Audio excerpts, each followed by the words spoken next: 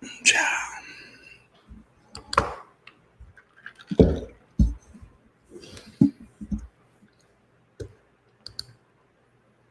everybody hear me? How's my audio sound? You got me?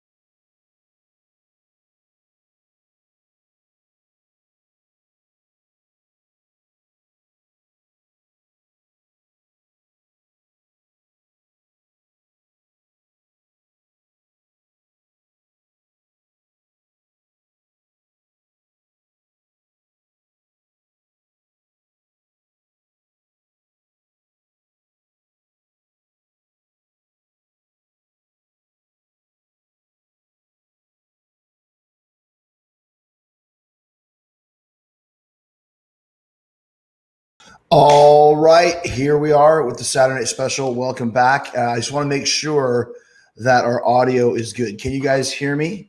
I'm seeing to make sure that our audio is good. So let me know if you can hear me for this to come through. And as you know, there's always some kind of issues whenever I start the show, as I'm starting to do all of these different things that we have going on. So anyways, welcome back to the Saturday Special. It seems like you can hear everything. I'm glad. I'm Chris Jericho. And of course, we're going to start with our customary cheers to you guys. Le Champion glass here. It's been a good week, man. Just had a blast with that street fight on Wednesday, AEW Dynamite. Someone just said, who came up with the idea for the golf cart? That was Kenny Omega. It was really cool because it was all four of us working together to put on this really cool performance and this really cool match. And that whoever took that picture of Sammy just running like this with Kenny just like, and that's like it was such a good spot. And that's why I really enjoyed that whole that whole creative process of putting these things together, because that's something that you guys might not realize. Like, obviously we get to the arena at 2 or 3, and then the match, the show starts at 8, and everyone's like, how long did it take for you guys to put together that match? And basically 3 hours. Oh, wow. The camera's like, well, next time let us know if you're going to use some of these props. And I'm like, we didn't even know. We didn't know we were going to use a ice machine until we got there, because we didn't know there was going to be an ice machine. So you kind of look around, see what you can find, and go from there. So we got Hurricane Helms is on the show today, my old friend Shane Helms. Really excited to have him. And thank you guys so much for joining us last week with Fozzy. That was a really good time as well. So it's going to be another great show. I got a couple things to discuss at the beginning. We'll answer some questions right now. 2-part question from Aaron Banks. Thoughts on the Beach Boys, favorite song? Don't Worry Baby is great. Good Vibrations is still the best. And the Scottish band Nazareth, I mean, come on. Who doesn't like Hair of the Dog, which might actually be a good sing-along tonight. That sounds like a good one. But also really like Turn Out the Lights, the Captain Said. Which one is that? I don't remember. But lots of good stuff from those bands for sure. Matt Beaver. Beaver? Did you just say Beaver? Paul Stanley. I like shaved beaver. All right, Matt Le Champion, can you shout out my wife, Carrie Ann? Carrie Ann, she worships you, especially your abs. Ooh, well, thank you, Carrie Ann. I appreciate that. The abs are still there. We've had some quarantine food, but hey, we're all working hard to stay in shape. A lot of kickboxing over this whole quarantine. Peter Pacheco, you should redo the Judas video and use the inner circle in it. Well, that's fine, except for the Judas video already has like almost 40 million views. So I think we're doing pretty good as it is. Skywalker says, can you say, yeah, boy? Yeah, boy. There you go. Got those questions out of the way. Someone asked me if this is a bowling ball behind me, and the answer is yes. I should have turned the other way. I'm sorry. I had no idea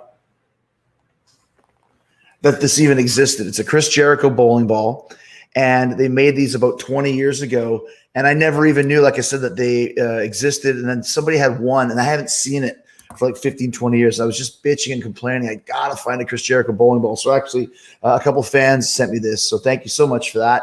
I finally have the Chris Jericho bowling ball after all this time. And don't forget, once again, a little bit of the bubbly. We still have some cases left. And literally, when I say there's only a few cases left, there really only is.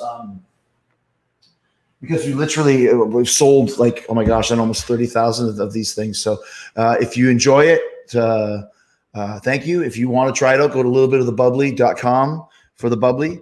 And, to be quite honest with you, if you're going to grab a case of something during a coronavirus, this is the type of case you want. So once again, I'm going to create the banner here. It's Little Bit of the Bubbly.com. If you're looking to get some bubbly, I'm going to put this banner up on the screen, and you guys can go check it out if you want. Littlebitofthebubbly.com. The other thing I was going to say is sad to hear about the passing of Little Richard today. If you don't know Little Richard, obviously one of the pioneers of rock and roll. I mean, if you're younger, you might not know the name. He did, Tutti Frutti, Good Golly Miss Molly, Long Tall Sally, Rip It Up, Lucille. So many great songs that he did. But not only was he a great singer and a pioneer, but I actually met Little Richard and had some experiences with him when I did the show Celebrity Duets back in 2006. And I wrote something today on my Instagram. If you guys want to go check that out, but I'll paraphrase it for you now. So he was one of the judges of the show. It was like a singing show. And he was not there a lot because whatever religion he was practicing, I think it was some form of Judaism or maybe Seventh-day Adventist or something like that. And he had to be home before sundown. So he would come and do whatever taping that he had to do, and then he would split because if the sun's going down at 7, he needed to be out of there. So we never really saw him much. And the times when we did see him, he was kind of quiet and didn't really say much. But I know they liked me because I was only on the show for a very short time. But he said, whatever song I sang, he's like, boy, you just made my big toe. What did he say? You made my big toe wiggle in my boot. And I was like, oh, I made Little Richard's big toe wiggle. big toe. Anyway, so I think it was pretty cool. And so then he finally is going to perform. He's going to do Good Golly Miss Molly. And for whatever reason, I was one of the people on the show that they asked to be on stage with him. So he was 73, I think, at the time. So he was kind of walking pretty slow. And he had some handlers that kind of had to help him up onto this platform where the piano was, because they're going to push him out to start his performance. So once they got him up on that pedestal, on that stool, he really was kind of there for the rest of the duration, for the rest of the rehearsal. He couldn't really move around a lot, et cetera, et cetera. So I went over to him like, this is my chance. Like, how much of a chance do you get to talk to little Richard? So I went over to him and I struck up a conversation. Obviously, it was, an older guy, and he, I was probably like Chris Farley in the Chris Farley Show. Little Richard, you're awesome. But we talked about like the Beatles and about his fashion sense and that sort of stuff, pioneering rock and roll or whatever. So finally he starts playing some chords on his piano. And as he's noodling, he goes, sing something, man. And as you do, so he's playing little chords, and I'm just kind of going, na, na, na, na, na, da, na, na, na, na, na, whatever the hell I was doing, kind of scatting a little bit, but he's like just tinkling the ivories. And it didn't last long, probably only, I don't know, it might have been 30 seconds or a minute, but to me it seemed like hours. And we had to move on to do whatever it was that we were going to do for the show. But I couldn't believe it. Like, dude, I fucking jammed with Little Richard. Like, that's one of those things where I said, if I ever meet Paul McCartney, I would want to tell him something that's not just like, you're awesome. I would say, hey man, I jammed with Little Richard. Have you? So it was a pretty cool moment. So God bless Little Richard, and thanks so much for all you did for rock and roll, and for always being very cool to me, the guy who made your big toe wiggle. Oh, yeah. All right, Hurricane Helms is in the chamber here. We're getting ready to go. Just to answer a couple more questions. Missy Reese says, please sing happy birthday to Jaden. He's 8 years old. Okay, so we're going to put that on the list of things to do. Maybe Hurricane will join me in a happy birthday sing-along, which I think we sang happy birthday for somebody last week on the Fozzie show. So I'm going to write down Jaden, and he's 8 years old, and we'll do a little happy birthday for him later. So don't let me forget this, because once the show gets rolling and once the Yeah Boys start disappearing, you never know where the show's going to go. So Joseph Palomino says Pineapple Pete should be the TNT champion. I say, shut your mouth, you dumb idiot. All right, your casual fan, Mr. Jericho, you're so loud, I can hear you on mute. Is that okay? Sorry, just making sure that I'm a good orator. And then we also have another cat over here who says, what's been your favorite U.S. pay-per-view match in AEW so far? Maybe the one with Moxley or the one with Cody were both great. The street fight we just had this week was fun as well. So we'll answer more questions as we continue along with Mr. Hurricane Helms. And if there's no technical difficulties, I'll be surprised. We can see him. Can we hear him? Yo, what it is? What it is? Can you hear me? Yes, sir. What it is? What's going on, man? What you got on your head there, man? There's it's a smiley face thing, but there's a bullet hole right between the eyes. So from a distance, you think I'm happy, but on closer inspection, you realize.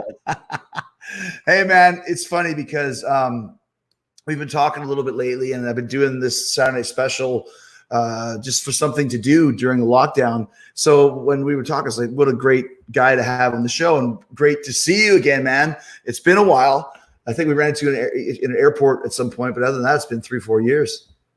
No, I did the cruise. Oh, okay. Well, that was, gosh. Okay, so a year ago. Seems like forever. Okay, I wanted to do it last year, but I got they got the shutdown put on me. It's originally. So tell me about that, because you'd signed with WWE. Look, this is almost when you and I had our little program. This was the gimmick that you had at the time. So this is kind of an homage unintentionally to you. That was when I got in a beard growing contest with Zach Wilde, but that's a whole other story. But so what happened with the cruise for the second one, the part deux? Originally, you wanted to go. Yeah, and I mean, WWE was very gracious and let me complete all of my indie commitments that I had, agreed to do before I re-signed with them, including being a part of Liger's last match at WrestleCon. Or one of his last matches. Yeah, his last match in the States or whatever, maybe. Yeah. Yeah. So and it was me, Liger, and X-Pac in the 6-man match. So, normally that's WrestleMania weekend, the busiest weekend. The busiest week of the year for us, and they let me do that. But the one thing they kind of put the kibosh on was the Jericho Cruise. So you're the enemy now. It was, man. I'll tell you the story. Some of the time, how hard it was to get Ric Flair on this year, to the point where I thought I was going to have to rent a helicopter and have him land in the middle of the sea for like 10 minutes and get off because they were not going to let him come. But like you said, how would that be then last year when you had your outfit flown to you? That's right. Like, that's a level of swag people just don't understand. That's why I left my wrestling gear at home. Planning a cruise for 18 months, and I'd finally go on the cruise and leave my bag at home. I've never left my wrestling gear at home ever, except for the cruise. Ever? I've only did it one time, and it was within the last 2 or 3 years. It was for OVW. I'm doing, Al Snow has taken over OVW, so asked me to come in at a friend price. You know how that goes. But I was, happy to do it, because I love it. I was happy to do it, and I'm working Abyss. Never worked Abyss. Super kind of excited about it. Open up that gear bag, and holy shit, it's not there. I'm a gimmick. If I don't have I was like, what? But I had the mask because I keep the mask in my briefcase, in my carry-on, like a handbag. So I had the mask and the makeup. I just didn't have the gear. And so, sometimes desperation leads to some great creativity. So we came up with this idea because Abyss had a bunch of minions with him. I forget what they were called, but Abyss is in the ring waiting for me, and these guys come dragging me out to the back because I did meet and greet. So people saw me in the street clothes, and they saw me in the street clothes and the mask. And after that meet and greet, I was supposed to be going and getting dressed. Well, then Abyss's minions come dragging me out through the curtains, and I'm all beat up, I try to fight them off in the aisle. They beat me up again, roll me in the ring. I'm dead. Abyss bullies the referee to start the match. 1, 2, I kick out. Biggest pop of the match. Because everybody thought it was done. Then we have a good little, so it was like, like I said, desperation. Sometimes you come up with some really good creative shit when you ain't got no other choice. Yeah, I remember I saw Coco Beware once in Winnipeg. Obviously, all his gear got lost, so no bird, and he wrestled in sweats and dress shoes. And Coco Beware with no bird. I understand for getting the gear. Did he always where was the bird? They must have put the bird on the ring truck or something like that, man. So, dude, it's been a crazy couple weeks for you. Yeah. What were you gonna say? No, I could just see him going, man. What did I forget? Oh yeah, where's that fucking bird? But crazy week for you, the big furlough and all that other stuff, and like I said, you in WWE as a producer, working as a producer, you're a lot like me, and you have opinions and you stand up for what you believe in. But there's also a system in WWE that you have to adhere to. How did you enjoy, or how was your experience being a producer? Because you're really good at putting together matches to begin with. Overall, it was mainly positive. There's going to be a little things. I'm not very corporate. Right. Yeah, exactly. When I had this conversation, that was my struggle. Yeah. And sometimes I don't know when to shut up. If I'm right, I'm right. I want to continue this. If I believe it in my heart that I'm right, I want to continue this shit until you admit that I'm right. And so that's always been me. But I think it's a part of what led to, the success that I have. I wasn't a pushover, So I had a little bit of corporate struggles, but other than that, I really super enjoyed it. I like being an agent. I like being in the creative process. I'm always giving people ideas constantly. I still talk to people in different companies constantly. It's like, hey, why don't you try this? Because they got a lot of people that just reach out to me. So I love that process. And I love seeing people try shit that they didn't think was going to work. And then it does, because that's when you learn. That's when you really learn some shit. Like so much that we were blessed to get to work with some of the greats, and that's really how you learn. Like Pat Patterson was such a great influential agent for me personally. I never really saw a lot of Pat's work coming up. I didn't get to see the WWF or any of the I guess he was more out of California and that sort of thing. Never got to see any of that. I was only NWA when I was a kid. So well, Pat was also 70s too. So that's like even 10 years earlier than us as wrestling fans in the 80s. Yeah. I mean, he was always an old man. I don't think there's any pictures that exist of Pat being young. He's like Arn Anderson and Dory Funk Jr. They were old when they were young. Yeah, even that famous picture of him winning the Intercontinental title in whatever Battle Warrior that is, he's 50 years old there.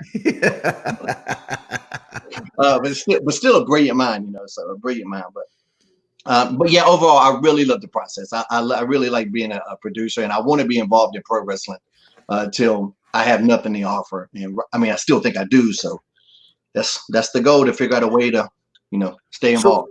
So when you go there, because I was never a producer, and I Am I never. doing this alone? What's that? Am I doing this alone? What you got over there? Hell, I didn't know what you had there, man. I got that goose. Yeah, boy. Actually, Ciroc. Okay, that's good. Shall we talk about the first time you ever drank? Because you never drank when we first met. Right. I did not drink. I just told this story on something too. I forget where. It's amazing how this story kind of made the rounds. But I didn't drink at all. I think I had kind of faked the shot at the premiere of Ready to Rumble. Because it's one of those kind of gimmicks like that. But then the only bad part about the story is that it happened on 9/11. That's the only bad part of the story. You know, really, obviously a terrible day in world history. But there was a big. We were on a Tuesday. We were in Houston, Texas. This is the day of 9/11. Everybody's just shocked. You know, in shock. We don't know what's going on. We're stranded. We're all stranded in Houston. No flights going in and out. So, I mean, unless you lived in Texas, you were stuck there. And it was a big toast. Long story short, big toast down in a bar that nobody we knew in the immediate family of all the people that were there were affected. And there was a lot of people from New York, a lot of people from that northeastern area were there. Yeah. And the companies, especially, you know, WWE's based out of that area. So everybody did a big shot. And I was like, you know what? Fuck it. That's a good thing to take a shot to. I'm going to do it, you know, because it was a very emotional time. We were all. It was a very emotional time. I took it. And here comes that diabolical Matt Hardy. I told you. See, everybody thinks Matt's the babyface. No, Matt's a heel. He's a real life heel. His gimmick is babyface. That motherfucker's heel. So he goes around and tells Undertaker that I don't drink. And, you know, he kind of spilling the beans on me. But I don't know. So here comes the Undertaker, slaps me on the back. Hey, kid, take a shot with me. Now, I don't want to take this shot. I didn't want to take the first one, but I did. And he just saw me take another one, so I can't say no. And I don't want to be, you know, you don't want to be that guy, because the locker room back then, they would rib you if they found a weakness. Yeah, bad. To the point of even getting you out of the company. Yeah. And so that's why I never told anybody about the twin phobia for years. I didn't tell anybody about the twin phobia until I felt I was real proof. You know, that's the only time that finally came out. Well, you thought they would put you with twins or something? Of course they would. You know, I'd be with twins every day and then just having nightmares every night if they did. So anyway, Taker, you know, I say, okay. So here he comes with Jack Daniels or whatever nasty shit he drinks. And I took it, bam. I'm like, wow, I'm on fire. You know, the temperature's starting to rise a little bit. Now here comes Michael Hayes. Hurricane, Naves, take a shot with me. Damn. Same thing. And so I'm sure you were in on it. Everybody's in on it. Next thing you know, I'm out of my mind plastered. Mm-hmm. And there was a strip club next door. Me and Matt go there, and I put him in. We get up on the stage where the dancers are, and I put him in the walls of Jericho on the stage. And that's the last thing I really recall. But I woke up the next day. I don't get hangovers. I might be a little tired the next day, but that's it. I don't have the headaches. I don't do the vomiting. I just get up and I'm okay. Because after that, I remember we were in Japan and you were drinking like apple martinis or something like that. Yeah. So then, I figured out, alcohol wasn't as bad. And like, I kind of like, part of the reason I had avoided it was I had been around mean drunks, you know, during teenage years and younger part of my life. So that's kind of one of the reasons I didn't like to drink. But I figured out alcohol doesn't change who you are. It brings out who you are. So if you're an asshole in real life and you drink, you're probably going to be more of an asshole. Well, I'm kind of a clown all day long. I love to make people laugh. So when I drink, that's just kind of what comes out. Yeah. Now we both know I can get angry sometimes. We know this. We know this. Yeah. So, you know, that does happen on occasion, but the majority of times I'm just a clown, laughing, having a good time, which is why we, you know, spent so many times together, you know? Yeah. We had very similar personalities. And once again, like, you know, drunken, you know, exploits notwithstanding, I don't remember ever really having any, because when you travel with somebody, you're the last guy I ever traveled with before I just started traveling by myself. And we never had any of those disagreements that travel partners have sometimes. Yeah. I don't recall any of them. I think our biggest argument was what comedy album to put on when we bought our comedy tapes. Yeah, you kept putting on that Adam Sandler shit, man. That's done. Hilarious. It's funny. And what did you put on? Bill Burr or something like that? Or no, Bill Burr wasn't even around here, and I had there was a Bill something, smoked cigarettes. Damn, what is his name? No. Fuck. See, it's already getting to me. I know I had Pryor. I had Richard Pryor. So we went to Google this, kids, a record store. And because you like whatever fucked up music I like, and I like rock and roll, and you like some rock and roll too, but instead of when you're driving with partners, the musical choice can often cause issues. So we decided to settle down the middle, and we'll just listen to comedy albums. And I busted out some of the classics that I listened to when I was a kid. The Robin Williams Live at the Met, and I think we listened to a Cosby one back when Cosby was funny and not rapey. And and then I hate that we even have to say that. I know you have to say it though. And then we thought those were pretty funny. And that was like Adam Sandler. They're all going to laugh at you, and you did not like that one at all. And then you brought some in return that Pryor was great, but there's some other guy that you just thought was brilliant that I thought it was not. Oh yeah, he's regarded as one of the most great. I can't believe, because Dennis Leary totally jacked Zach, and somebody in the maybe it was an homage. I don't know. Sometimes that homage can go overboard, and somebody Google who Dennis Leary copied in comedy, and that's was it. Bill Hicks. Bill Hicks, boom. That's it, Bill Hicks. Scott Cornish on Facebook just got that for us. Bill Hicks. And Sammy Baseline says, Bill Hicks, for fuck's sakes. Sorry, guys. Yeah, sorry. I apologize. The Ciroc is getting to me. I'm undefeated against The Rock, but Ciroc whoops my ass every time. Is that a t-shirt? Is that a t-shirt? So, yeah, that's good. That's good. So it was Bill Hicks was the guy. Yeah, we had three apiece. Oh, I had Kennison too. And we both loved Kennison. So I had Kennison, Pryor, and Bill Hicks. And I guess you had Cosby, Adam Sandler, and there was a third one. Robin Williams. Robin Williams, and we all loved him. And then the other one that we both discovered is what's the cat's name? We quote him to this day. Mitch Hedberg. Yeah, I had never heard him, which is amazing because I'm such a big comedy fan. But all of the dumb shit I say, people kept saying, "Oh, you got that from Hedberg," and I was going, and I kept hearing that name, and I was like, "I'm gonna figure out who that is." And then MVP went out of his way to buy me a CD. He goes, "Hurricane, you gotta listen to this guy, man. This is you."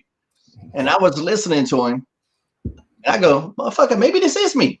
Maybe I did this shit." Like he even talks like you, kind of. Yeah, very similar, kind of. Definitely some of the stupid shit I come up with all the time, but like the weird cadence, you know, kind of nervous. I guess I struggle with anxiety heavily. What's the best Hedberg joke that you can recall? The ant farm. Them fellas ain't grow me shit. How about a carrot for me? How about a carrot? And I'm not gonna tell you what hotel I'm staying in, but there are 2 trees in the name. I use that one to this day. The one I like is, I don't like protests, but I don't know how to show it. Without a doubt. I went to the donut shop. They asked me if I wanted a receipt. No, thanks. I do not need a receipt for a donut. Never. I do not need to put it in a filing cabinet under D for donut. He's one of those guys too. Like, he's funny, but other people have to. If you listen to him by yourself, like, you need to listen to him with people. Yes. Like, the analogy about pro wrestling without crowds. I was like, it's kind of like watching comedy by yourself. Like, if nobody else is in that room, I don't care how funny he is, it's not going to be quite as funny. And he's definitely one of those guys that you need to hear their audience to get it going. Jake B just wrote this one in. Someone asked me if I wanted a frozen banana, and I said no, but I do want a banana for later. So I guess the answer is yes. Yeah, so many. So we do here on Saturday Special, just winging it. As you've seen, there's a lot of people asking questions. So Aaron Dillinger says, has Hurricane and Jericho ever had a match together? But there's one that really stands out to me. You want to take it? No, man, go ahead. It's your show. Share the guest. Tell us what happened at Maritime, Nova Scotia. We had a couple good ones. Atlanta was a lot of fun. We had one in Atlanta that was a lot of fun, and we kind of were really rocking and rolling in that one. I remember a great one in Portland, Oregon. Do you remember this? Portland? Yeah. Might have been the first time we were back in Portland as a company in like 20 years or something. And I remember you and I worked together. Yeah, because we had a couple weekends in a row where it would be the Jericho show, whatever you would do. The highlight reel. And it was something like I remember the line being, I would say ridiculous. And then I would point at you and go, ridic, you less. And for whatever reason, I don't even remember what the setup was. I'll tell you what it was. It's time when I was doing a bit where I'd come to the ring and cut a promo, because there was one summer where I just did highlight reels for house shows because they wanted something different. Talk about the easiest setup ever. And I was doing a bit. This is so stupid, but where I'd have my fly down. So I'd go out there and cut a promo in the town and cut a promo on you, and then you'd be like, "Hey man, you know what? What? Before you say all that stuff, you got to realize something. What? Your fly is down." And of course, someone's fly being down is the funniest thing in the world. And it's for being a heel, and you do the old like big type thing. And that's when you said, you being ridiculous. And what I really mean is ridic, you less. And I thought that was really funny. And that's what it says too. We just came up with that shit ourselves too. So we're in the Nova Scotia though. One thing I do always remember about the Portland one though, we would always end with that segment. I would choke slam you, and I don't know if a referee would slide in or whatever, but it was kind of like not really a match, but it would end with Hurricane up. That was when we were in Paducah or wherever the hell. But now we go back to Portland, 20,000 people. Hurricane ain't up in this one.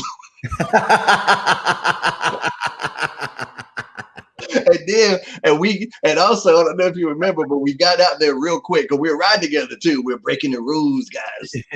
We're riding together, and we wanted to get back to the hotel, and I was still in the gimmick.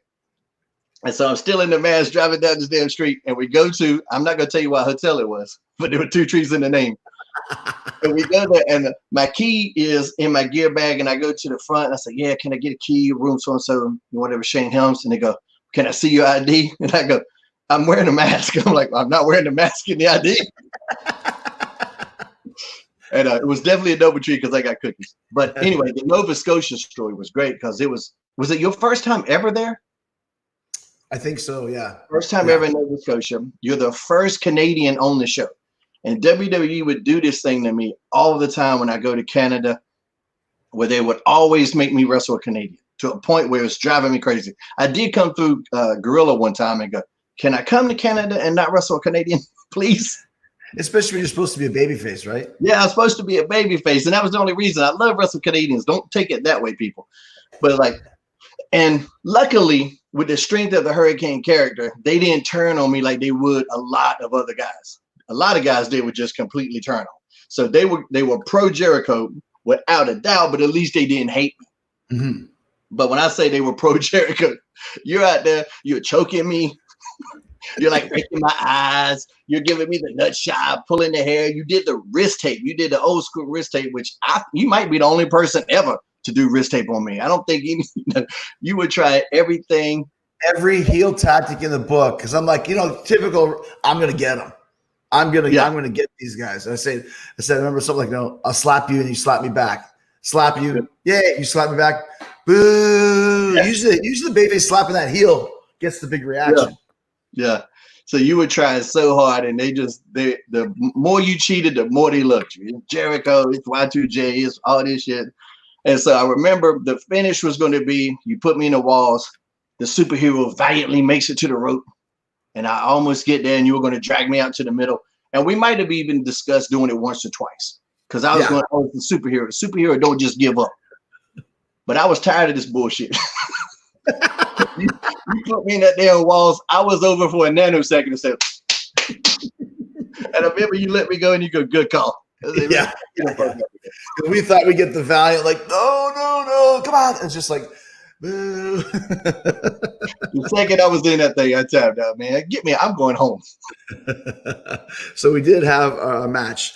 Jerry Hollenbach wants you to discuss your experiences and some of the fun times you had on Ready to Rumble, the movie that you worked on, starring our mutual friend of this day, David Arquette.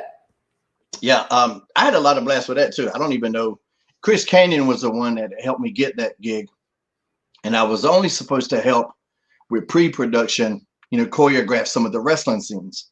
Believe it or not, kids, movies aren't real.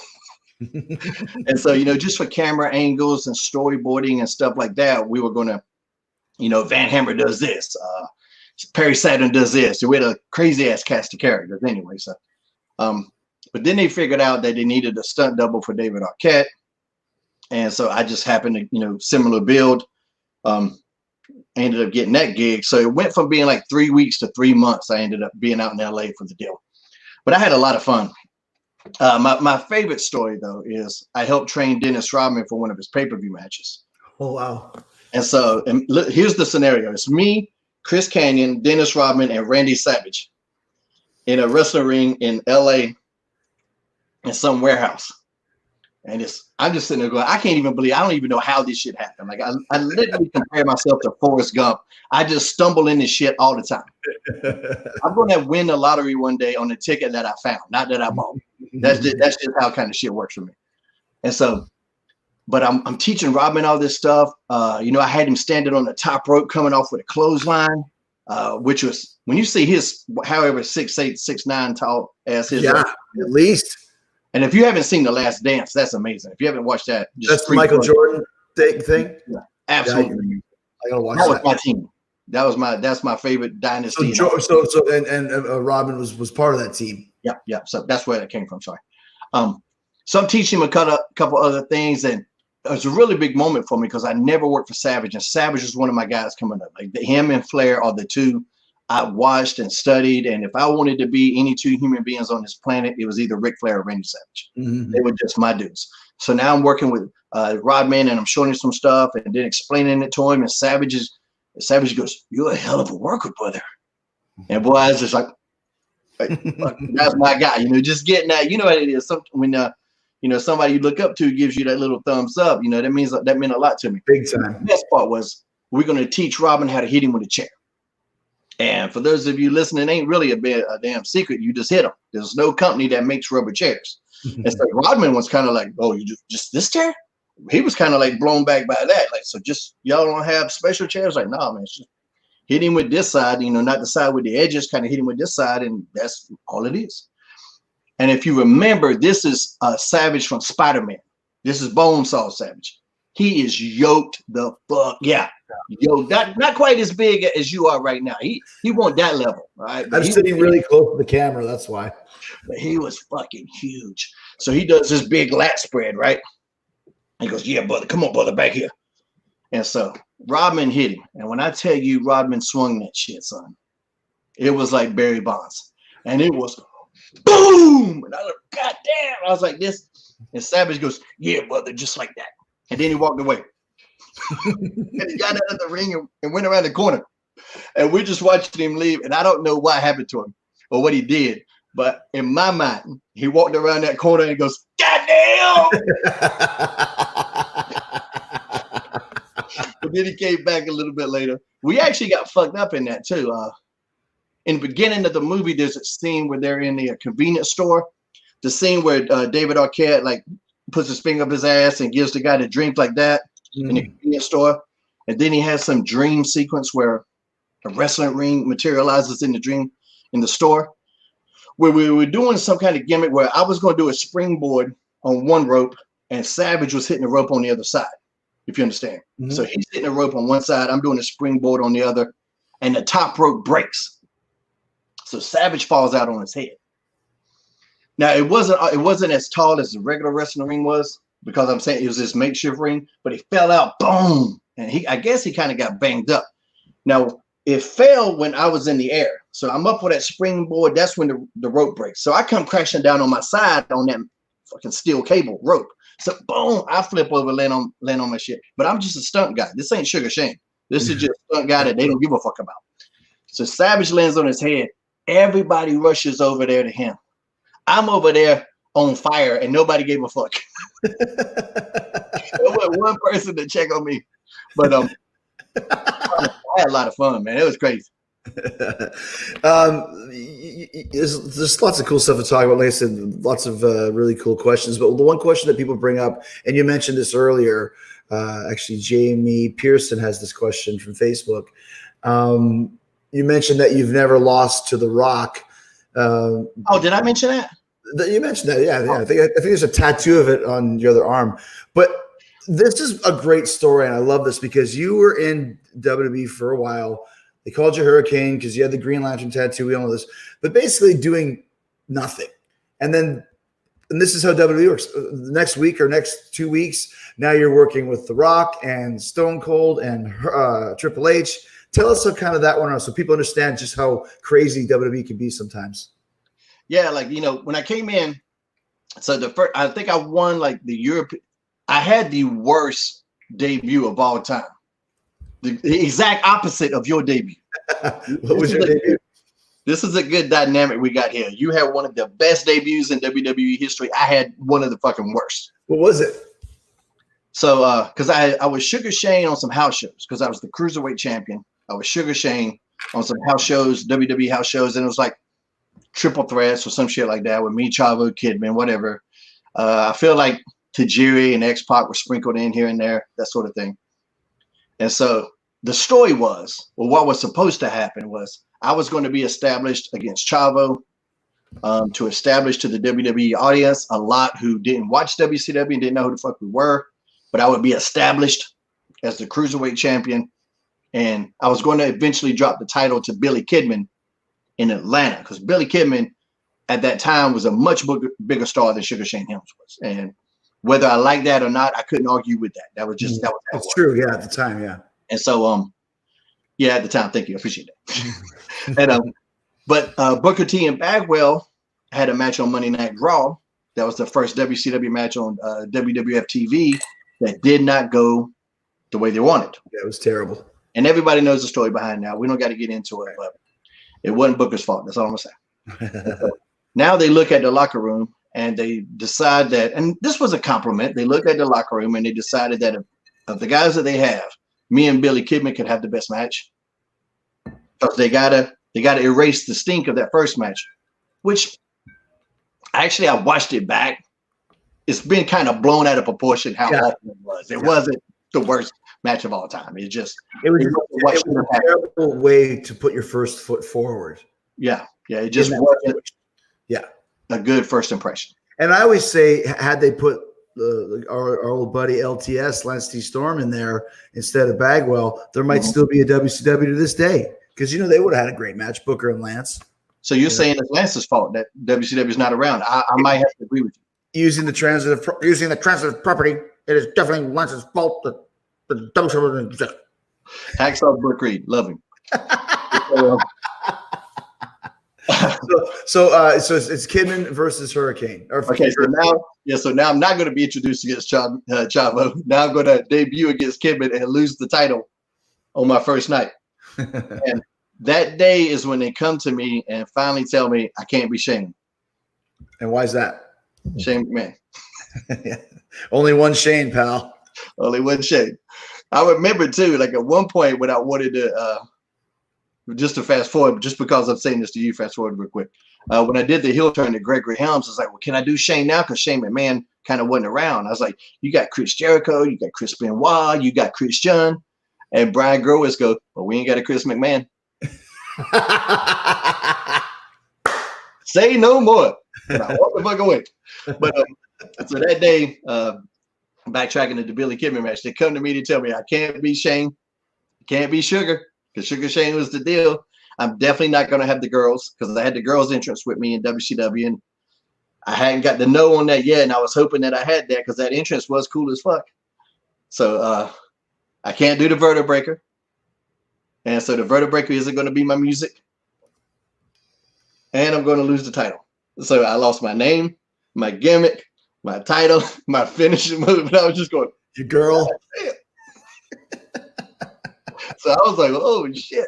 And Stephanie was like, I know that Stephanie was actually so super cool and supportive. She's like, listen, I know this sounds bad, because as they're kind of telling me, and I'm sitting there going, so I can't do this either, and I can't do this, and I can't do this, and it's just a whole list of shit I can't do anymore. I'm going, and two, the Bagwell thing, me and Bagwell had that incident. Mm-hmm. And so I'm at this point going, got a backstage fight, so you don't want to push it at this point. Yeah, and I'm thinking maybe they're getting a title off of me and my ass might be gone.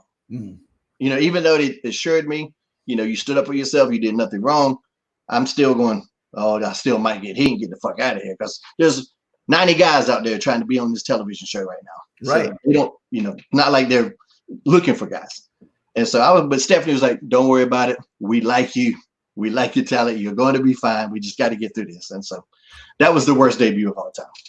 But how did it lead to you having one of the monumental moments with Rock and Austin? Okay. Guys?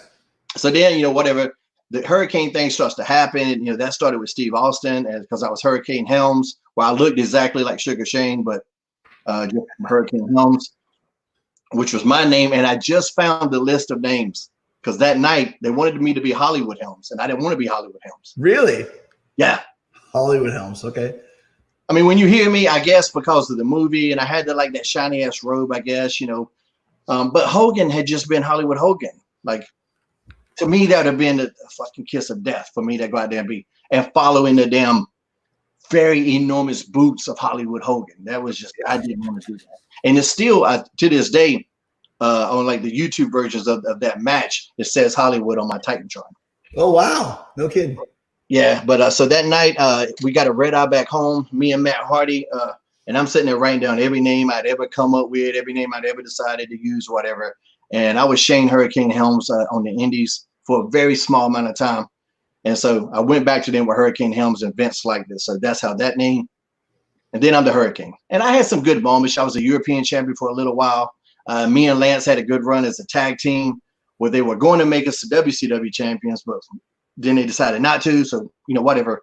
Good moments. Well, at least I was in the discussion. Sometimes you don't know how far those discussions actually make it. Sometimes they make it events. Sometimes they don't. Who knows? But me and Lance had a really good thing going.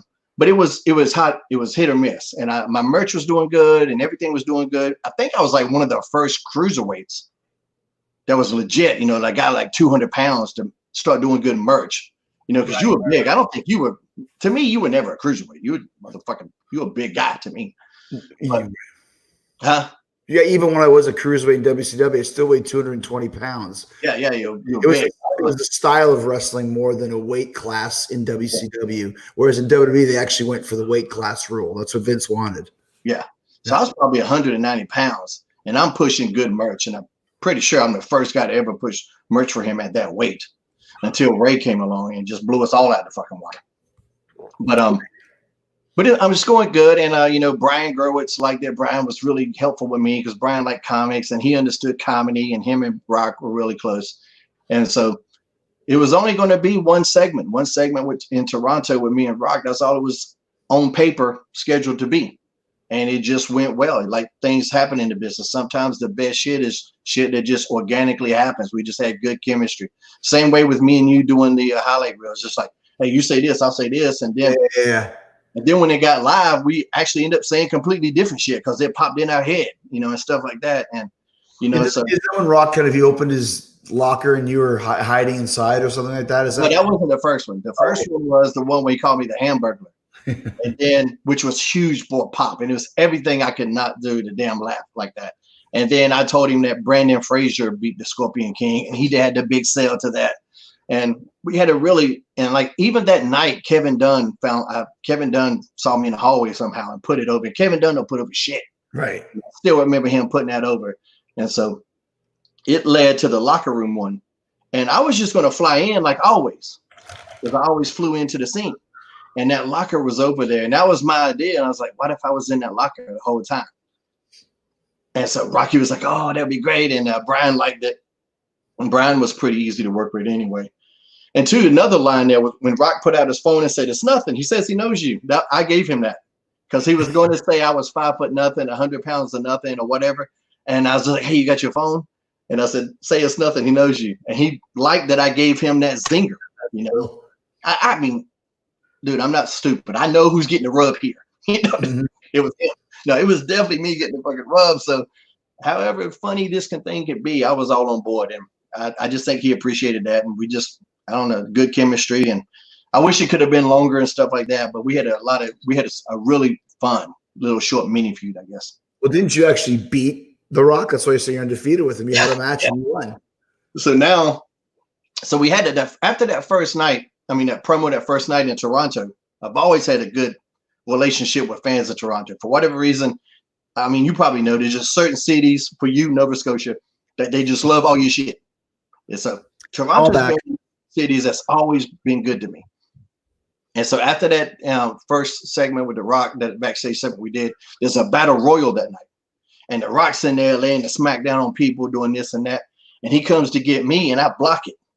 And I start fighting back. And you could just feel it in the crowd. You could just, oh shit. And, you know, I might be glorifying it a little bit in my mind.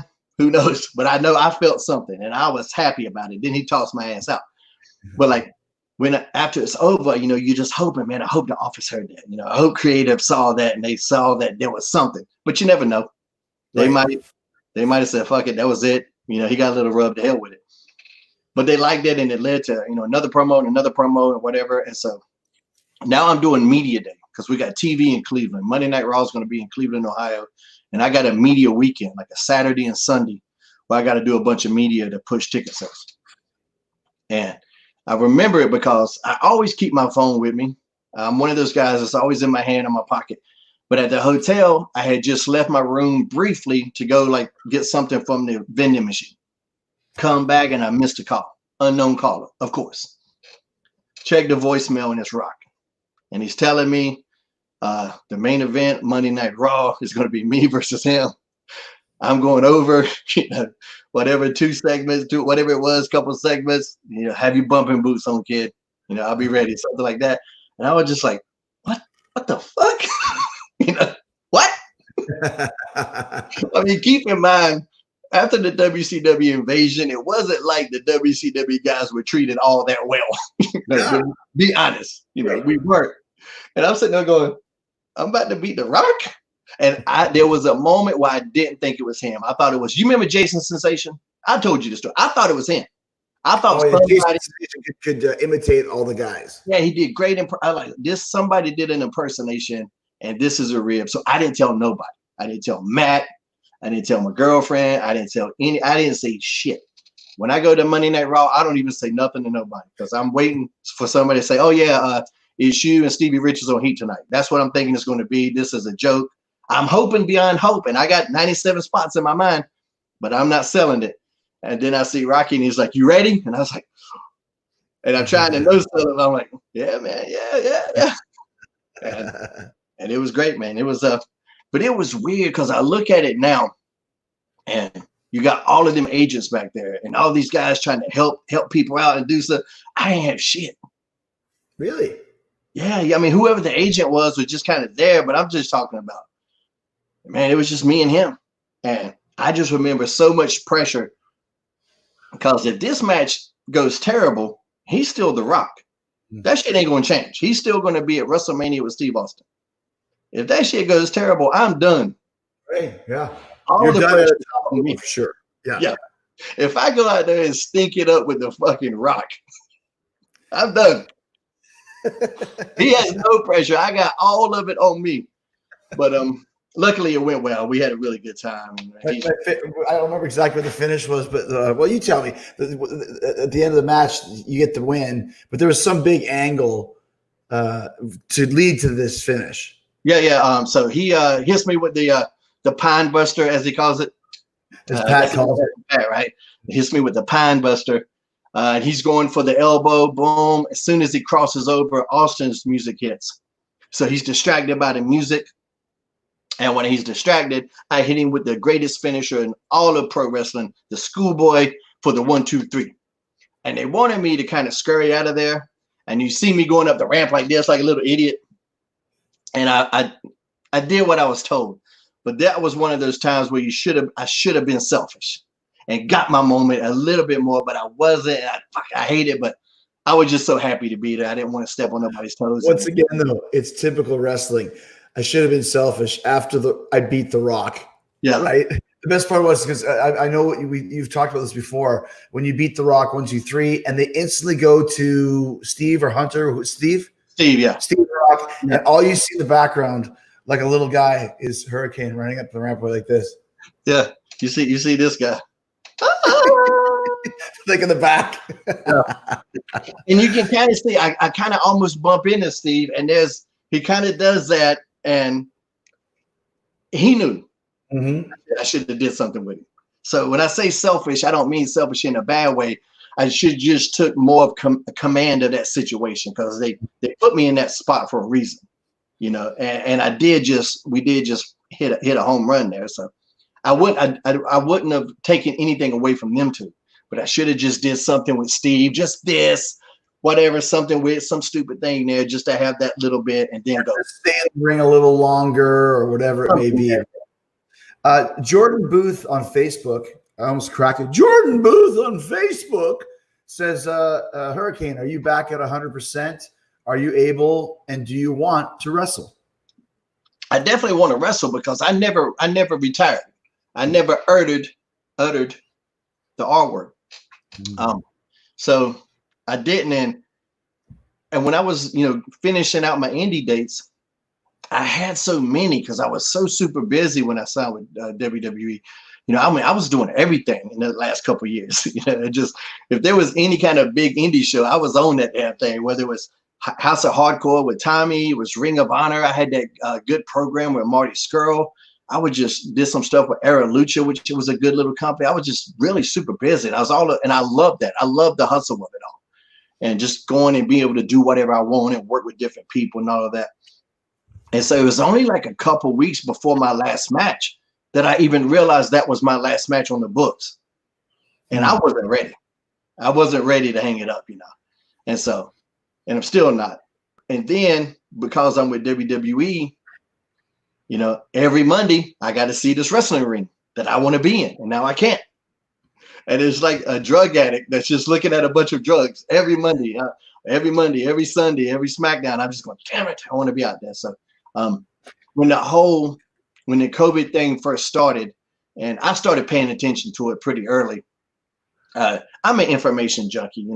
You see me on Twitter all the time. I'm the most overactive. You're also very smart.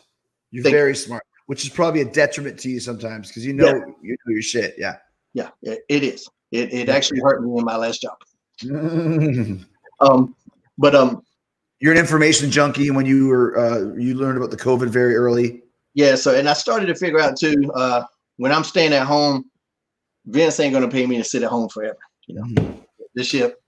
So I was, talking to Karen. I was like, I need to go ahead and start getting back in spandex shape, just in case. So I kind of had that in my mind. So I'm actually weighing, I'm at 220 right now. So I'd rather be around 210, 205. And that won't be too difficult. But so what led to you taking the gig as an agent? Because like you said, you're still wrestling a lot, and you're on the independent scene. You're a big name because you have this character and you have this gimmick. And another question is, how are you allowed to keep it outside of the WWE? Because they usually don't allow that. So that's a twofold question. How are you able to keep the gimmick? They know better than to fuck with me.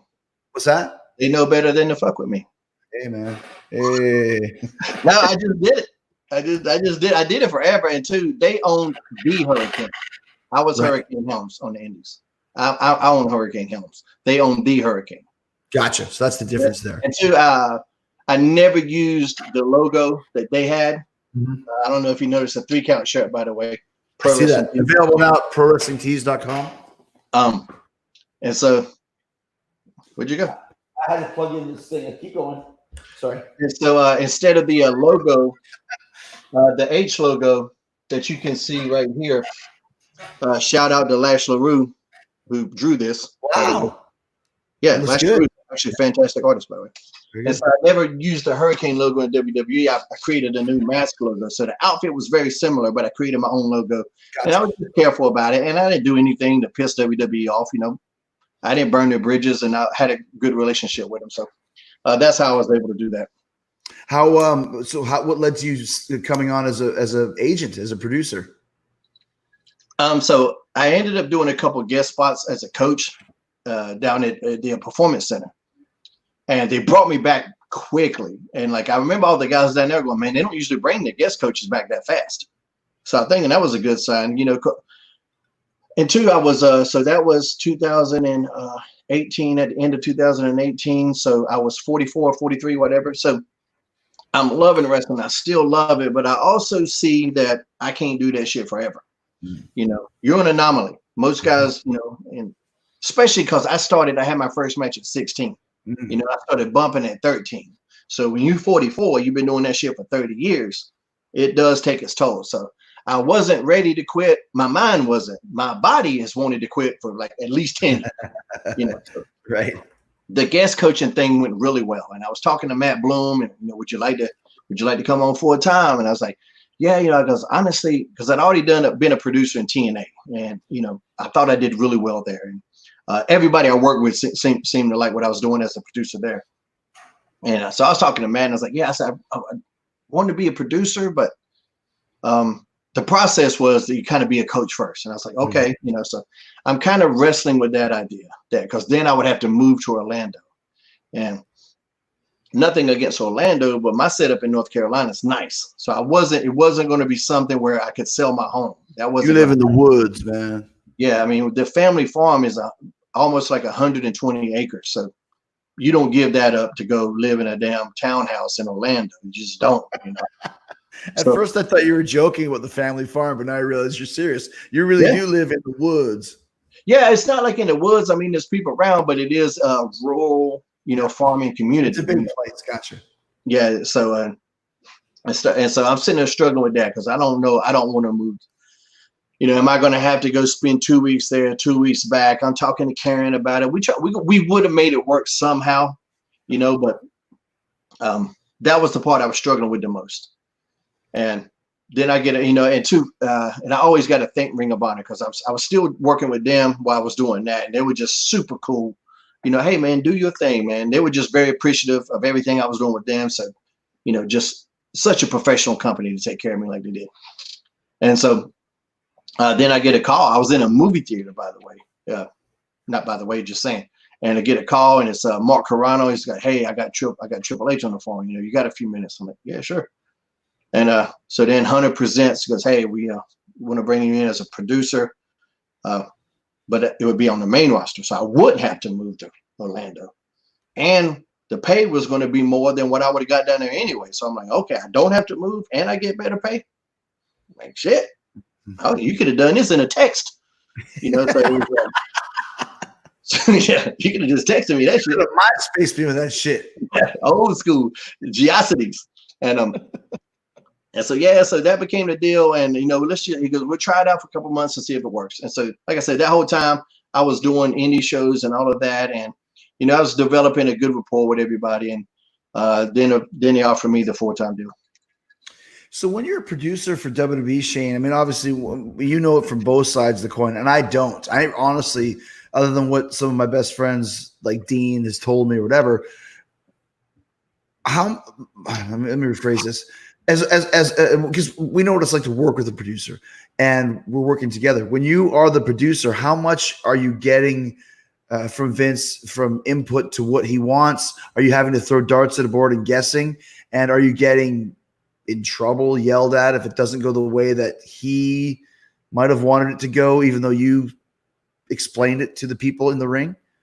Yeah, you definitely become a buffer. And sometimes it's just some unnecessary horseshit. And you know, you'll get yelled out for something, and then when the talent comes through the curtain, it's like, hey, good job. Wait. Really? Yeah. Yeah.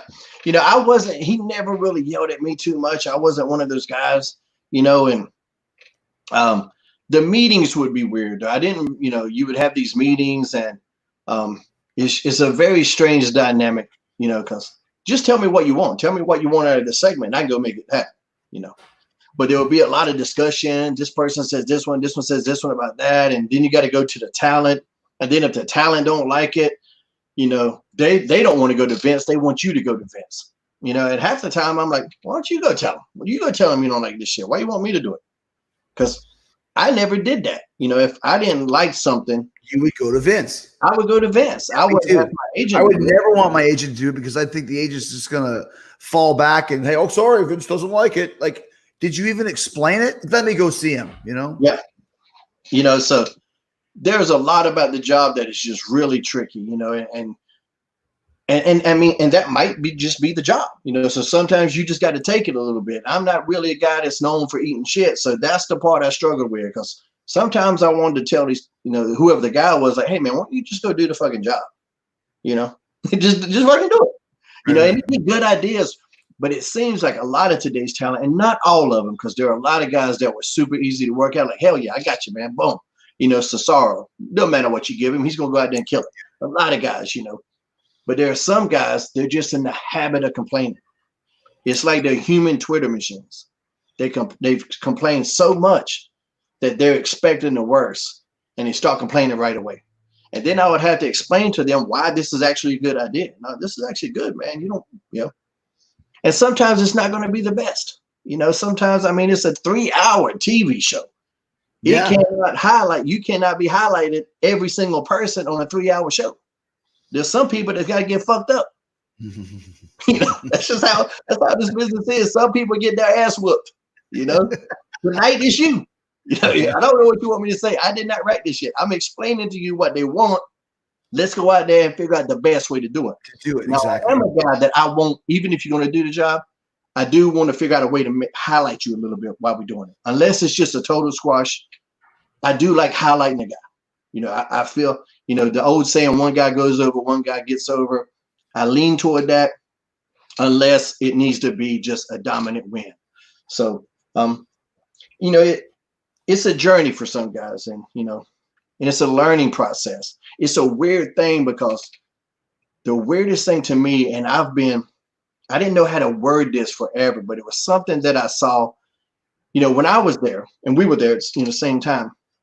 Say we would do Monday Night Raw. Well, Tuesday on SmackDown, in catering, we would have tapes, and we'd watch our matches with a veteran or an agent. That shit don't exist no more. That's weird that you're right about that. And it just seems that when they get to that certain level, when they get to the WWE, none of them want to practice anymore. None of them want to get better. They think they make it. They don't go work out anymore. They don't train anymore. They don't do any of that. Now, it's a little different when you're doing house shows every week, because that's kind of part of the training. That helps you get better.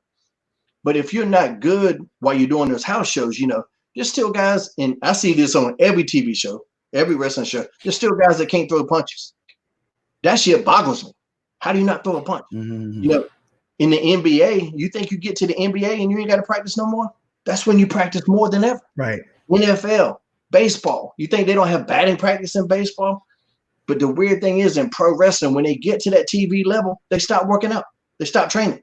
And like guys would come through the curtain, and there were certain guys, because I'm a guy, I want to tell you, you got to be, nobody wants to come through the curtain and just hear what they did wrong. You know, you don't want to hear that. Yeah. But at the same time, a pat on the ass ain't going to make you no better. Mm-hmm. Me telling you you did great when you didn't, that ain't going to make you no better. And when it's fresh on my mind, that's when I want to have that conversation. Because that's how I learned. Tell me what I did bad. Don't tell me what I did good. I heard the crowd. I know what they like. Yeah. You know, I know what they, and I know generally if the match was good or bad.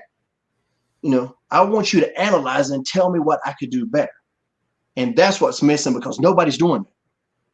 Nobody's going, hey kid, I know you're the world champion and you were great, but them kicks tonight look like dog shit.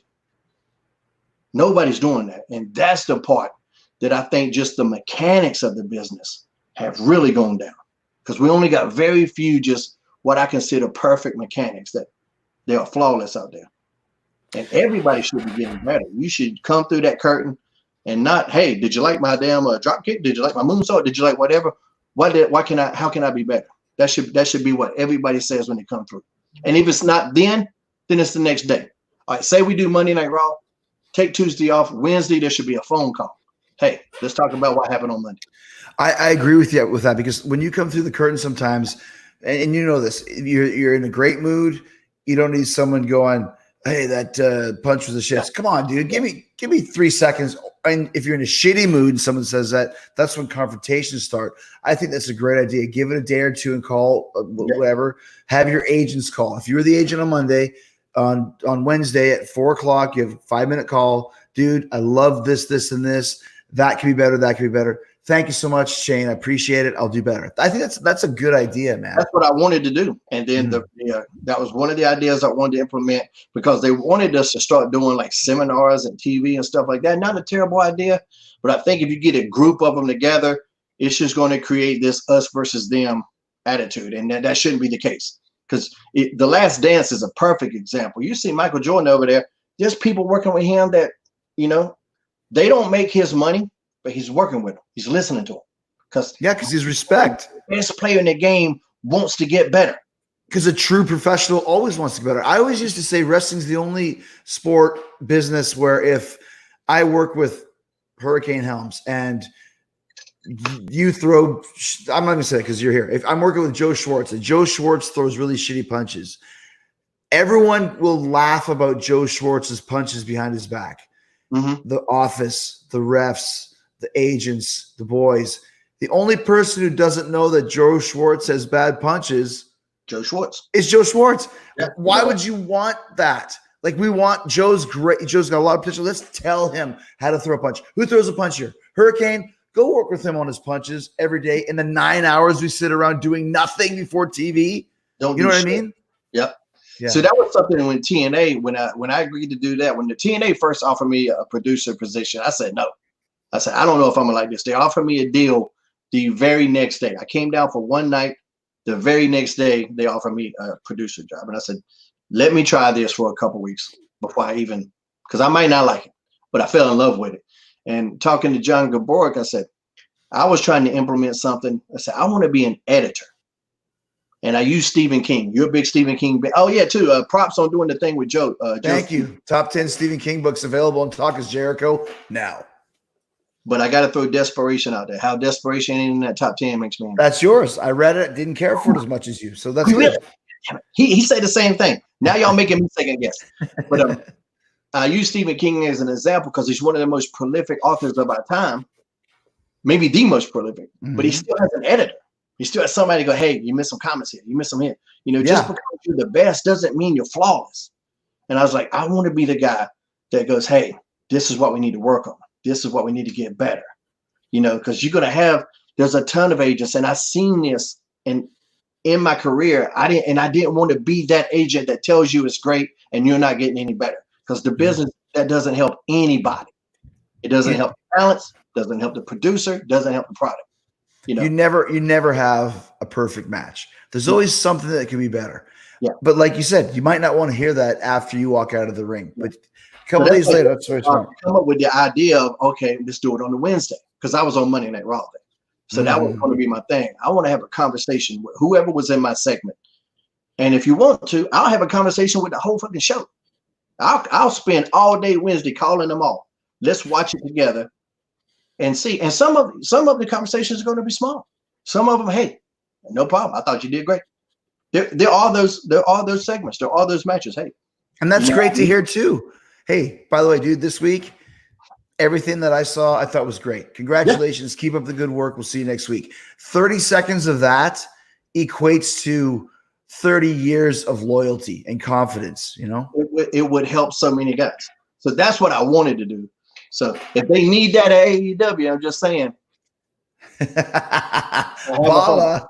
Last few things, dude. I could talk to you for hours, but was there? I know, for example, because Lance was also furloughed or whatever the word is, and he said there was a couple things that I really take great pride in. In your time as a producer in WWE, which was 6 months, 8 months, I can't remember how long it was, a year, whatever. Was there a couple things that stand out to where the influence of Shane Helms paid off, and deep down inside you're thinking, fucking, I did it, man. I'm so proud of these guys or girls. There was a couple different things. I know one of the elimination chambers I came up with because they wanted Jeff to do some crazy ass dive, because they always want Jeff Hardy to do a crazy ass dive. He has to, yeah. So I came up with that spot where I think it was Daniel Bryan laying on the top turnbuckle, and Jeff climbed up to the the pod and did the swanton off the pod onto Brian while he was laying on the top turnbuckle. Oh yeah. So you come up with little things like that. I helped with the Survivor Series this past year, which was a triple threat. So the whole match was a triple threat the whole time because it's 3 teams and really difficult to put together. Mm-hmm. We stole the fucking show. That shit was great. So I definitely had some moments. You know, I came up with Asuka using the mist. I mean, they were the Kabuki Warriors. I don't know how nobody thought of that before me. That's right. Good point. Yeah, it's right there, you know. But I'll tell you that this is a really funny story.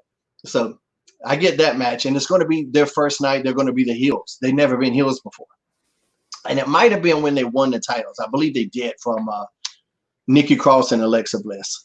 And so they want me to come up with something heelish for them to do. And I go, okay. And in the meeting, I said, well, just give me a few minutes, you know.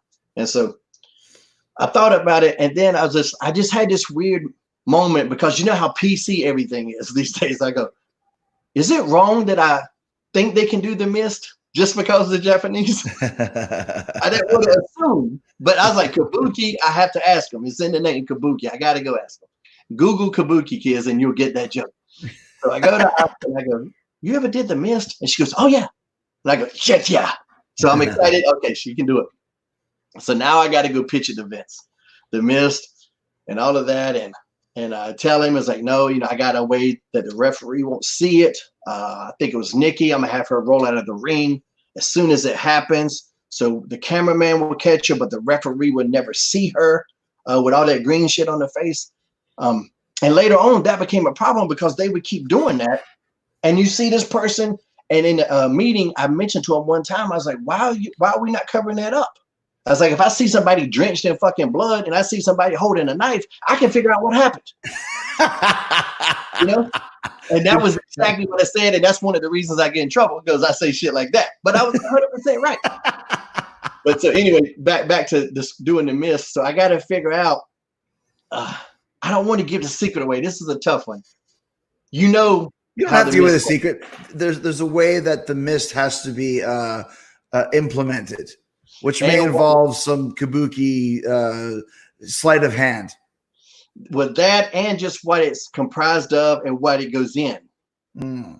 Or the actual consistency of the mist. The consistency and the device. Oh, okay.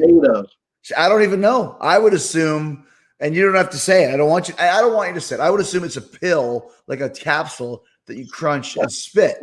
I've never spit mist. What the hell do I know, man? So I don't even know this secret. Okay, I can't give this. I'm about to tell you this off the air because tell me offline. Yeah. It's my favorite story, but I have to go and have this conversation with Asuka that would be a PR nightmare if you didn't understand what we were talking about. But I was really happy with that. I was really happy with how that worked out. And then of course, they liked it because they started doing it. But then, like on TV, a couple of weeks later, they do it, and you see whoever's just got green shit all over them, and the referee's raising Asuka's arm, and she's got green shit dripping down her face, and I'm going, that gives it away. And then, believe it or not, there's this conversation where somebody goes, well, is the mist a disqualification? Yeah, that's the whole fucking reason we do it. Why would we do it if it wasn't a disqualification? Right, it wasn't cheating. Yeah. And it was, I literally about poured my fucking eyeballs out. And it was just one of those days where I'm going, and two, like, none of the agents, and I understand, they don't want to get involved in these conversations. They don't want that heat. So nobody's helping me. And I'm just going, am I the only fucking one that watches wrestling? But see, that's the thing though, shit. I feel, I don't know if this would have ever happened to you, which is, I think, why maybe you did get furloughed, is because there's a lot of, I'm not going to mention any names, some great wrestling minds and some great friends that got to the point to where they were basically saying, I know this sucks, but it's not worth the fight with Vince, and it's not worth getting fired over. So go for it. Yeah, there was some good guys in there, but I was like, and maybe that wasn't the hill to die on. But I'm a perfectionist. I took twice silly ass gimmicks and made them successful because I'm a perfectionist. I will fight you over a stupid detail because I think the devil is in the details. And the fans appreciate that. The fans notice that. Yes. You know, we did a thing a couple of weeks ago during the lockdown. We had tape shows, but I still wanted to put out new content, so we did the Bubbly Bunch. I don't know if you saw the Bubbly Bunch. So we did the Flim Flam dance, and the winner gets a thing of hand sanitizer. So the next week, I want Sammy to be flaunting the hand sanitizer. He's like, "Well, I'm going to go to the store to find something." No, you're going to have the exact one. I go to the FedEx. I say, you fill out the FedEx form. He's like, "What is it?" I'm like, "It's an empty container." He's like, "An empty container of what?" "An empty container of hand sanitizer."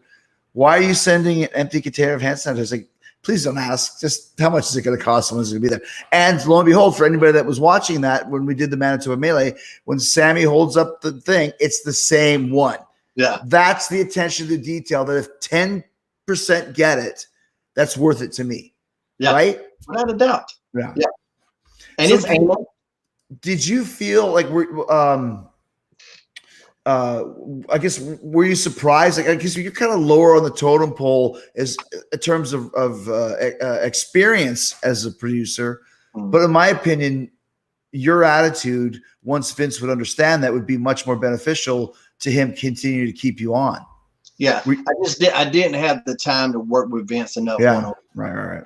You know, I needed more of that, and I didn't have that. You know, there's a couple things that I went to him with, and I could tell he knew he got it, that I got it, and that's important. But I didn't have enough of a relationship with him, you know. So, I mean, sometimes he just wasn't there with the whole, you know, building of the XFL. There's a lot of weeks he wasn't there, and those days are so insane. You know, those meetings are hour longs. They start hours late, and you just don't have a lot of time, and you can't go worry him with some bullshit, you know. Yeah. So I didn't really have a chance to develop the relationship with him that I wanted. You know, when the furlough happened, you know, it wasn't just a text, as the internet put out. I got a call from Johnny. I had a text conversation with Vince. You know, so it wasn't just some kind of thing like, "Hey, buddy, see you later." Like, he actually talked to you about it. Yeah. So, I mean, I had a good, you know, yeah, it sucks, and I mean, they probably could have afforded to keep us all. You know, they make a lot of money, but I wasn't going to like argue with it. And I was like, whatever, nothing I can do. It's interesting. Like I said, as we start to wind down, we are winding down. Like a year ago, had this happened, you'd be working tonight, you know, headlining some indie show somewhere in front of 1,000 people, making, you know, thousands of dollars. When I say thousands, because not only get your payoff, but you're selling gimmicks, taking pictures, you're back on the grind. So for a guy during the COVID, what's the plan? Like, none of us know what's going to happen, but what are you thinking right now? You know, at home now for however long it is. Well, luckily I'm in a very blessed situation. You know, I have money in the bank. You know, I wasn't a guy that lived extravagantly. You know, I'm a simple means guy, you know, and I'm very glad that I am. You know, when we did that tour of India, when I saw poverty at a level, that level, like I came back and I almost sold my home because I had the biggest house in the neighborhood. And I came home and I just felt like a greedy asshole because I'm a single guy in this gigantic house, and I just saw poverty like National Geographic doesn't do that shit justice. You know, you were there. We saw stuff that you've never seen. My clothes on and did a run-in my street clothes, if you remember. Oh, I did a run-in in your street clothes? Yeah, and I started kicking you while you were on the ground. I go, "Hey, motherfucker, that's my shirt." That's true. Yeah, I had you run in, and I put on Shane's clothes to do the run-in on himself. I think another night I wore your whole costume down too, or your cape. Christian had my cape on. Oh, that's right. Christian had the cape because I'm back there going, "Where's my shit?" And I thought somebody had stolen it. I'm like, "Fuck!" And I'm all mad because I do a run because it's a layered run-in, and I go first. And I'm here. I come to save the day, like Mighty Mouse. I ain't got my damn cape. And then here comes Christian, and I'm like, "Motherfucker!" And then for whatever reason, you came in and immediately bumped. And your ass don't never bump. Not that you never bump, but you just, it was an unusual bump. You went down pretty easy. And I started like, "Hey, that's my clothes." I was more impressed with myself for putting on your clothes. So I took a bump off nothing. And I was like, "Look at the shirt. Look at the shirt." But yeah, luckily I'm in a good situation. I'm not dire. You know, it sucks not to have the paycheck coming in, but I can last for a little while. There's a lot of people in a lot worse situations than I am. So I keep that in mind. Mm-hmm. You know, I still do my podcast, man. You know, which this should be the 10th year. You know, because I first started Highway to Helms when I left WWE in 2010. That's so right. 10 years, you know, I take breaks because I did keep it at 100 for all those years until I just couldn't tolerate disco anymore.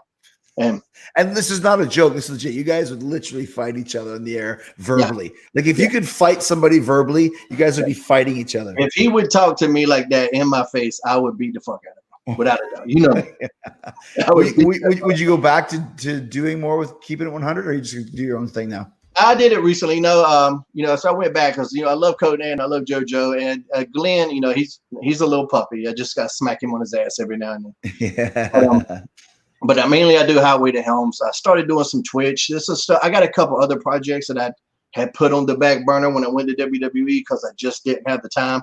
So now I can like concentrate on a couple of things, and those are passion projects that I'm right. So I'm looking forward to that. You know, we got to get the garden started. You know, we're going to plant it last week, but there's a frost fucking in May because it's 2020. Why not? Why wouldn't it be a frost? How about a carrot for me? Yeah, I do need some fucking carrots. So, you know, to Karen, you know, like I said, we're in a blessed situation. Karen works from home. We're spending more time together than ever. The kids are loving it. They don't give a shit. They don't want to go to school. So it's just, you know, right. we're making the very best of a bad situation. I'm okay. So, well, dude, two last things here. We're gonna sing "Happy Birthday" to Jaden, but before that, you traveled with Lance Storm and Christian. Tell me your favorite Lance Storm travel story. One of my favorite things was we pissed him off one time because he would get these we didn't have the GPS. We didn't even have the you know, the dashboard TomTom or Garmin or whatever the fuck it was. We didn't have that. But Lance was very good about printing out the maps. MapQuest. He printed out to the town, but not the arena. Right. And we always found that out. So we would have to get to the town, find a gas station, go in there, ask where the fuck is you know, Joe Blow Arena. And so me and Christian had decided we weren't going to go ask the gas because Lance would be driving, but he would want us to go out and get the directions. It's just, you know, he's very particular, very particular. And so we decided we're not going to get out of the car. And we're like, no, we're not going in. It's like, come on, guys, I'm doing all the driving. I got us here. And we would do the spiel again. Well, if you got us here, just get us to the building. And Christian was over there, and Christian was like this, not going in, not doing it, just not going in, not going in. And fucking Lance, he opened the door and slams it hard as shit and goes in there and gives the directions and comes back. But that's one of the few times because he would never get mad about anything. He's the fucking nicest guy in the world. So he's one of those guys, man. Like, too, I'm so easy to ride with. Whatever you want to do, I can accommodate. Mm-hmm. And Lance is like that too. We never had any bad moments, like not one. You know, so. And it's cool to have a riding partner that you can trust and have that chemistry with. You know. Yeah.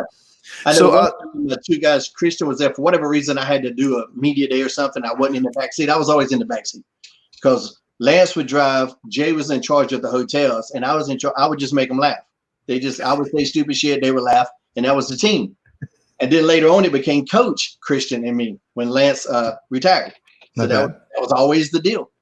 And like I wasn't there that weekend, and there was two guys, and Lance goes, "Look at those two guys walking abreast." And we would always make fun of his some of his weird sayings. And so Jay reaches back to talk to me about it. He goes, and I'm not back there. And so he calls me right away. He goes, "Man, I got to tell you this." two guys walking abreast. I like Lance is now turned into Richard Nixon. Two guys walking abreast. And then when I called him Hacksaw Book Reed, Lance wasn't there. We were in LA and we're in a damn car, a Malibu, because me and Christian, because we're stupid, every time we would go to LA, we would rent a Malibu in Malibu, California, because we're idiots, people. You have to understand this. And so we're rolling in the boo down the 5 or whatever it is, and we're talking about Lance, and I go, "Yeah, I miss Hacksaw Book Reed." And fucking Christian started laughing, and he's swerving all over the fucking highway. It's like they've been the end of us. I'm over there trying to drive for the passenger seat. Because all Lance does is read books. That's it. Yeah. Hacksaw book read. All right, Hurricane, we're going to sing a happy birthday to Jaden here before I let you go. Okay. Jaden is 8. Are you ready for this? I'm ready. There you go. 1, 2, 3. Happy birthday to you. Happy Happy birthday birthday. to you. Happy Happy birthday, dear Jaden. birthday Happy birthday to to you. you. Nailed it. Fist bump. Go this way. Go opposite. Other way. There you Boom. go. Almost. Bam. Hey, man, what a great time seeing you here, brother. Man, one of my favorite people ever here in the business. Great guy. Appreciate Thanks, dude. I appreciate it. I'm sure we'll be seeing each other again soon and doing some more dastardly deeds. it. Sounds good, man. Thank All right, you, man. buddy. Cheers. Thank you, brother. All right, Hurricane Helms. You can see the natural chemistry between us. Just a great guy and one of my favorite people, and super smart too. And not just wrestling wise. This guy is very intelligent. You would never expect that with his ghetto ass voice. I know he's still listening. All right, guys. So that is another amazing episode here of Saturday Special. Thank you so much for joining us. We do a Hurricane's still drinking. We do a sing along, and I think the one I want to do this week we talked about earlier is Nazareth, Hair of a Dog. This is Guns N' Roses actually covered this, and it's a very Axl sounding vocal. So I think that's the one we should do. So let's give it a try. Still working on my technology as well. So let's try this. Making sure. Can you guys hear that? Can you hear the tune? Yeah, Hurricane. You can't hear the tune, Hurricane? Oh, hold on. Hold on. I'm switching around. Now I know you can hear the tune. Start.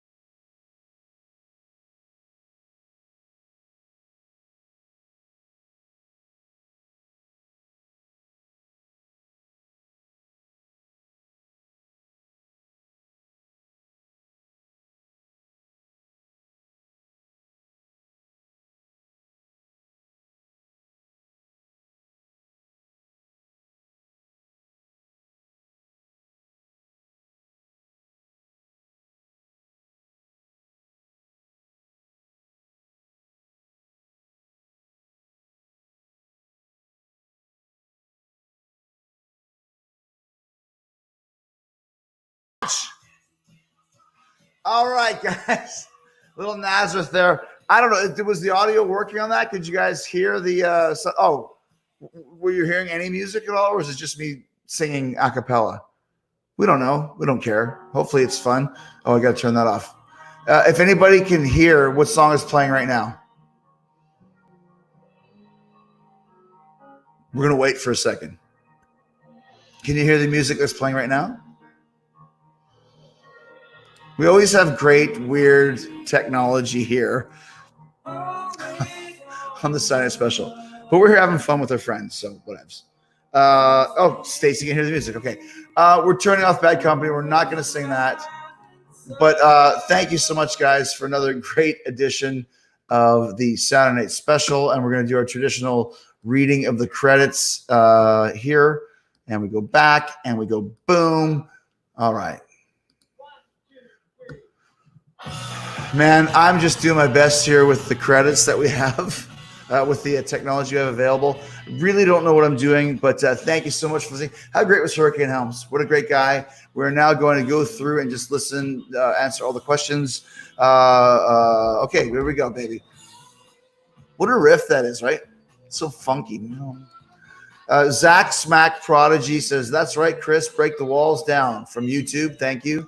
Oscar says, sick. That's the new word that the kids use nowadays. That's sick. And then Skywalker says, can you say, yeah, boy? I thought we said, yeah, boy, I said it. No, let's move on. A great show. Oh, my gosh. These comments just go by so fast. Carl Rasmussen said, great night. Thank you. Don Lancio says, can I come to Double or Nothing, Chris? I'll make a pineapple pizza sign. If you can come to Jacksonville, let's see. Zaid Karam Slopik. That's a great name. Favorite movie, Big Lebowski. I'll throw that in there. John C. Panicol, what's your stance on animal rights? Protect the animals. Animals are our friends. I have 5 dogs. I love all of them. Wow. Oh, my gosh. Sean Brox from YouTube says, you made my day. Well, thank you, man. You guys made my day. Unless Sean is a girl, in which case, thank you, lady. Zach says, great, got to show love to the man, myth, the legend, Chris Jericho. That would be me. Let's see what else we got here. There's lots of stuff going on. There's a lot of action. Connecting people through wrestling. Do you recall grabbing our sign at AEW Revolution and ramming John Moxley with it? I don't, but it was probably awesome while I did it. Bern Ivan says, shut up, Donnie. I agree. Donnie, shut your mouth, man. Oh my gosh. Leanne Timbrook says, kick pineapple Pete's ass on Wednesday. Well, that's the idea. Eric Meltzer says, Eric Meitzler says, you're on top of my list. Thank you, buddy. I love this part because I'm going so fast. Pamela Sue Bluefield says, you're awesome, Mr. Jericho. Thanks so much. Men in Black is having a late night snack. What are you having, Man in Black? What's your late night snack? Flashback, heart attack. Gain City. Who are you going to face at Double or Nothing? Wait and see. We will announce it this week on Dynamite on Wednesday. It's going to be quite the rock and roll special. Julian said, give a shout out to my daughter Aspen. Well, shout out to my daughter Aspen. Oh my gosh. Dalen Purdue, we need the Bubbly Bunch to be a separate series. The Bubbly Bunch was, I gotta slow down. The Bubbly Bunch was conceived to provide some new content during the virus for our tape shows. So now that we're doing live again, maybe we'll do less Bubbly Bunches, but it's always in the chamber. Ashler Bombsey, favorite Rolling Stones song, Miss You, Midnight Rambler, Give Me Shelter. Great. I mean, every Stone. Okay, can't you hear me knocking? There's so many. It's crazy. I love the Stones. Michael Frost, awesome show tonight. Awesome night. Thank you. Ricky Hall. I'm sorry, Ricky. Hope you feel better soon. Skylar Highland says, lots of love from Winnipeg. I love the Peg. Somebody said, Rob Schwartz says, great fight the other night, not to be confused with Joe Schwartz that we were talking about earlier. The street fight was so much fun, and Sammy is okay. He really got obliterated by that golf cart. So insane. AEW on TNT, prediction, Mox or Brody. Of course I'm thinking Brody, you dumb idiot. Who am I going to freaking not cheer for the guy that's going to beat John Moxley? That's what I'm talking about. I want him to lose. Don't forget a little bit of the bubbly.com if you want to buy some amazing sparkling wine. There's only a few cases left, and this is not some kind of exaggeration. Once it's gone, I'm not sure if we're ever going to make any more, so buy some when you can. Grandma said she loves you. These comments look like this. I love your old entrances with the countdown, says Brian. Let's see. Fozzie rules. Let me photograph you again on the next tour, says Colt Cohen. Thank you, brother. Hopefully we can do a tour soon. Connecting people to the wrestling gave me a $9.99 super sticker. Thank you. That's amazing. Whatever. Ricky the Wolf. Hey, Jericho. You're my favorite wrestler growing up in the ruthless aggression. I hope to see a lot more in AEW. Yes, AEW is great, and we love it there. Guys, thank you so much for being with us and with me and Hurricane Helms. Great guy, great friend, and you guys are great friends. Hopefully, are you still enjoying the Saturday Night Special? I'm just trying to do this to give us something to enjoy during the COVID, and that's the end of the Skinnerd. I pushed the pause on that, which means it's the end of the Saturday Night Special once again. Thank you guys so much. Next week, I got something very special. We got a new project called Quarantine with a K. It's basically an 80s Kiss cover band. Is that next week? Yeah. We're just doing 80s Kiss songs, and it's PJ from Trickster. It's Joe from Classic 78, and it's Kent from the Luke Bryan Band, and Bruce Kulick is actually in our band as well. So next week, all four of those guys will be here. If you're a Kiss fan, it's going to be a killer show, no pun intended. If you're not, it's still going to be a killer show. Come join us. God bless you guys. Stay safe. One last cheers. 1, 2, 3. Cheers!